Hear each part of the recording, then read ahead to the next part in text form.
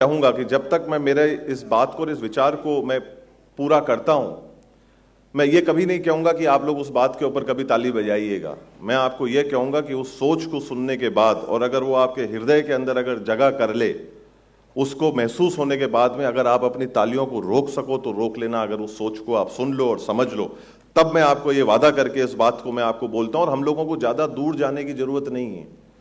वो प्रेरणा स्रोत हमारे लिए इसी सभागार के अंदर उपस्थित हैं, यहीं मौजूद है। केवल अगर जरूरत है तो उसको पहचानने की, समझने की और अपने रोजमर्रे के दिनचर्या के अंदर उसको अपने आत्मा में, रगों में, मन में, हृदय में उतारने की।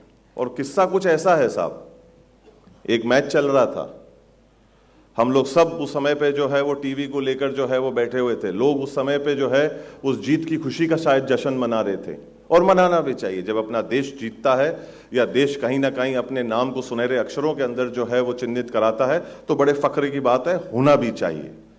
पर इस बात को बोलते वक्त मेरे रोंगटे भी खड़े होते हैं, और मैं पूरी तरीके से, मेरे पूरे आत्मा मन के अंदर जो है मेरी भावना जो है वो पूरी तरीके से इतनी प्रफुल्लित है और गौरवान्वित है कि ईश्वर ने हम सब लोगों को वो सौभाग्य दिया। इस देश के अंदर पैदा होना भाग्य की बात थी, स्कूल के अंदर पैदा होना सौभाग्य की बात है, ये हमेशा याद रखना।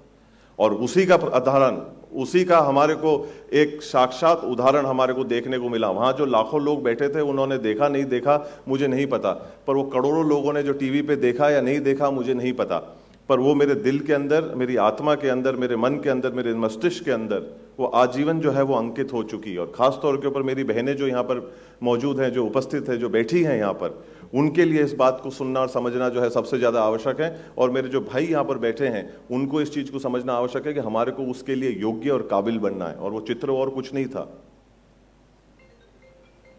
चित्र अपनी संस्कृति का था, अपनी मान का था, अपने कुल के नाम को सर्वोच्च रखने का था, अपनी परंपरा का बिना किसी चीज के परवाह करे बगैर उसका निर्वाह करने का था। और वो और कोई नहीं, रीवा बा ने जिस तरीके से अपने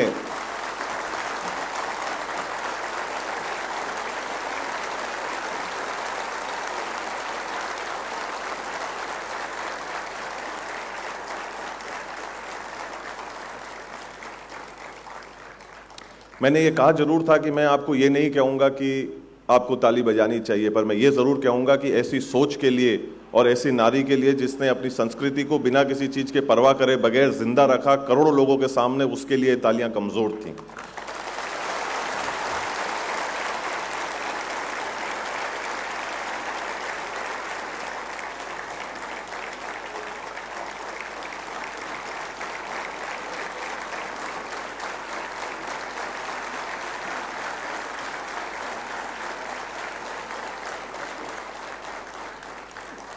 जब अपनी बहन कोई ऐसा काम करे तो भाई को उतना ही फक्र होता है। और खास तौर के ऊपर जो आने वाले लोग हैं, आने वाली जो भावी पीढ़ी है, उसको इन चीज़ों से सीखना चाहिए। इस संस्कृति हमको सीखना चाहिए। मेवाड़ इस सोच को नमन करता है, प्रणाम करता है, वंदन करता है।